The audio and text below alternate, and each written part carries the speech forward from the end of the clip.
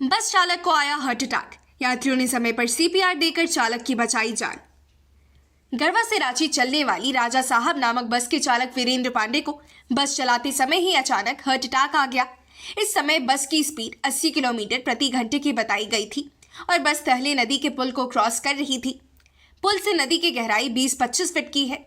बस में करीब 50 से 55 यात्री सवार थे। चालक महज कुछ सेकंड में ही पुल पार कर बस साइड में खड़ी कर अचेत हो गया। जागरूक यात्रियों ने चालक की तुरंत पंपिंग कर सांस लौटाई। चिकित्सकों के अनुसार चालक की स्थिति खतरे से बाहर है। जी हां, गढ़वा जिला मुख्यालय स्थित रंका मोड़ से राजा साहब बस गढ़वा से रांची के लिए सुबह 9:10 पर खुली थी। जिला मुख्यालय गढ़वा से करीब 13 किलोमीटर की दूरी तय करते करते बस में करीब 50 से 55 यात्री सवार हो चुके थे। तब बस की 80 की स्पीड थी। बस गढ़वा शाहपुर सड़क में स्थित तहले नदी पार कर रही थी कि उसी दौरान अचानक चालक वीरेंद्र पांडे को हार्ट अटैक आ गया।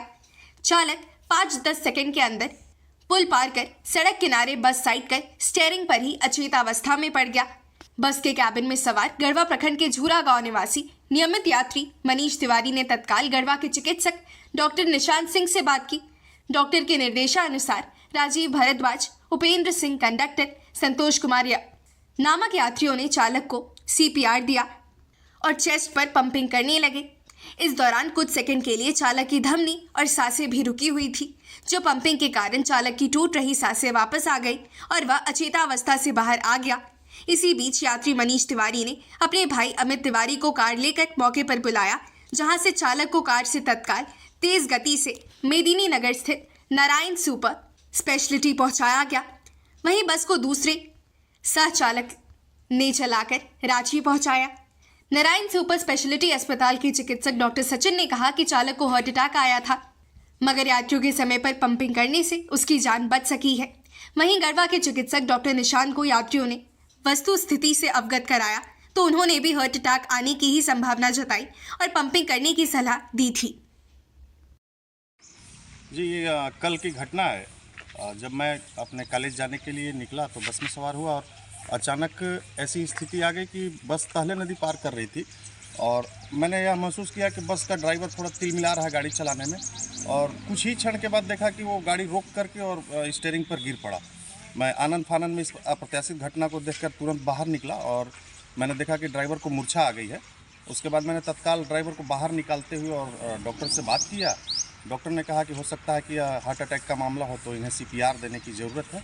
उन्होंने मुझे बताया तो मैं कहा कि मैं सीपीआर देने की प्रक्रिया को जानता हूं। उसके बाद और सहयोगियों के साथ मैंने ड्राइवर को तत्काल सीपीआर दिया और तत्क्षण उसके सांस वापस आने लगे।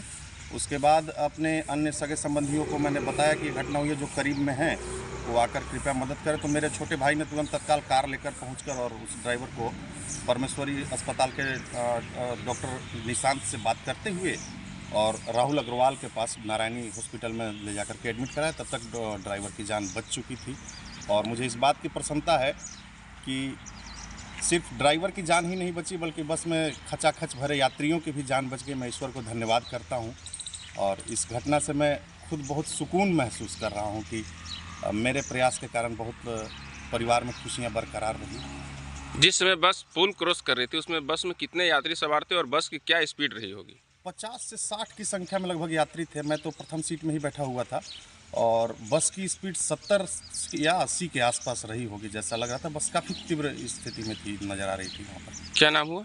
जी, मेरा नाम मनीष कुमार तिवारी है। 9:10 में हम लोग गढ़वा से निकले और वहाँ से 13 किलोमीटर की दूरी हम लोग तय किए होंगे। उसी समय अचानक तहले का एक पुल है और उस पुल पर गाड़ी जो है अचानक लड़खड़ाया और चूंकि आगे बैठे हुए थे 2 नंबर सीट पे, तो मेरे बगल में मनीष भाई साहब थे। हमने कहा कि गाड़ी लगता है पुल के नीचे जाने वाला है। तभी देखे कि पुल क्रॉस कर गया। गाड़ी की स्पीड 80 थी उस समय और